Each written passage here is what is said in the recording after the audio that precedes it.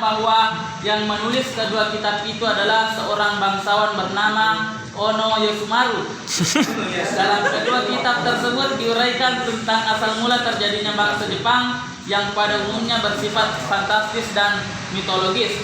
Perlu saya jelaskan lebih awal bahwa sebenarnya awal kemunculan agama Shinto ini tidak dimulai dengan adanya, tidak seperti agama Islam, yaitu ada dulu kitabnya baru agamanya. Akan tetapi kalau agama Shinto itu agamanya dulu, kepercayaannya dulu, baru ada kitabnya. Itu pun kitabnya belum tentu bilang siapa yang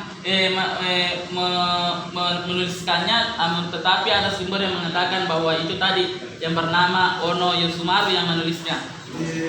Selanjutnya, yang pertama bertujuan satu, yang kedua dia bersifat dengan segala kesempurnaannya, yang ketiga dia tidak terpengaruh oleh dunia, yang keempat kesenangan dunia ini sudah diserahkannya kepada yang lainnya, yang kelima alam ini dikendalikan oleh roh-roh yang banyak, segala yang bersahaja kepada mereka menganggap ialah setan. Penganut agama Shinto memuja dewa Amaterasu Omikami.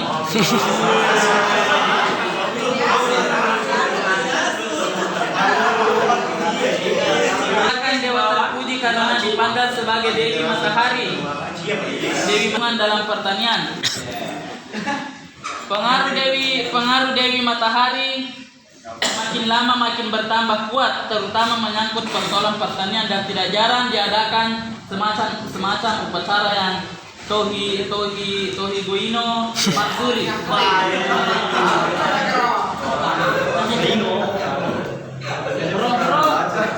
Roh-roh atau dewa-dewa di atas disebut kami. Kami ini adalah anasir dari kekuatan gaib yang mempunyai kecenderungan ke arah kebaikan dan kejelekan. Kami dari para pahlawan dan kami leluhur suku menjadi kaminya alam ini.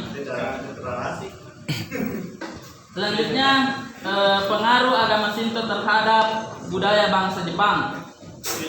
Meski sebagaimanapun juga suatu kepercayaan dipandang tidak benar oleh agama Wahyu, namun bila telah terbentuk dalam pribadi seperti halnya agama Shinto yang telah menjadi suatu tradisi kebudayaan rakyat Jepang, apalagi bila kita ingat bahwa Jepang adalah suatu bangsa yang disiplin terhadap janji atau sumpah, maka kesetiaan terhadap agama, negara, kaisar, dan tradisinya adalah merupakan suatu kewajiban yang suci bagi mereka.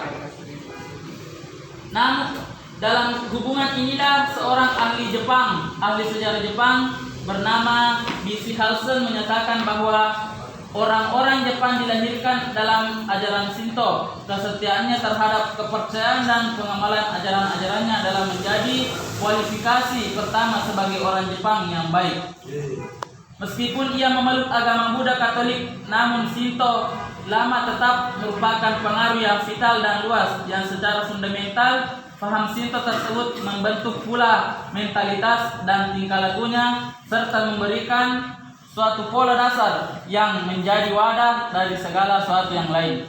Mungkin pemaparan, mungkin nanti perkembangannya di sesi tanya jawab. Saya serahkan kepada Andi Rahmatullah.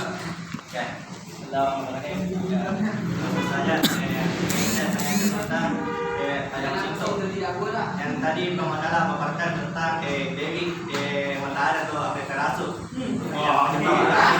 Jadi pertanyaannya itu apakah Ratu Balkis termasuk penganut agama Shinto? Karena yang saya ketahui Ratu Balkis menerima matahari. Apakah kami bisa jadi Ratu Balkis bisa jadi orang Jepang karena berbeda?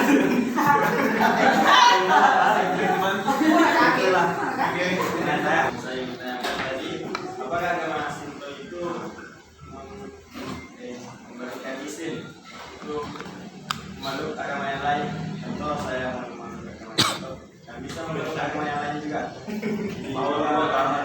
Atas pertanyaannya, saya langsung saja. Yang pertama, pertanyaan dari saudara Idrus Usman. berdasarkan tadi yang sudah saya paparkan di yang bagian akhir yang saya bacakan, bahwa meskipun ia memeluk agama Buddha, Katolik, non Shinto, di sini kita bisa mengambil kesimpulan bahwa saya bisa mengambil kesimpulan bahwa agama Shinto ini tidak melarang orangnya ini untuk memeluk agama lain. Akan tetapi agama Shinto ini adalah suatu kepercayaan yang dimana yang ia percayai bahwa tentang kebahagiaan dunia. Dia mempercayai begitu banyak dewa-dewi yang ada. Dia tidak melarang bahwa dia harus beragama seperti misalnya dia beragama Buddha, kan, tetapi dia harus mengingat bahwa agama Shinto ini adalah agama yang sangat mendalam di dalam agama tersebut. Akan tetapi bisa juga saya tambahkan bahwa sebenarnya di Jepang itu banyak agama, kan, tetapi itu hanya minoritas. Otomatis kalau ia agama Islam, contoh dia agama Islam baru dia ingin memeluk agama Shinto, mungkin itu tidak bisa dikategorikan dalam hal tersebut. Akan tetapi kalau orang Jepang asli yang ada pada daerah tersebut, dia mengikut kepada kekaisarannya karena dia menganggap agung kaisarnya tersebut, dan dia menganggap segala sesuatu yang benar itu berasal dari kaisarnya. Dari saudara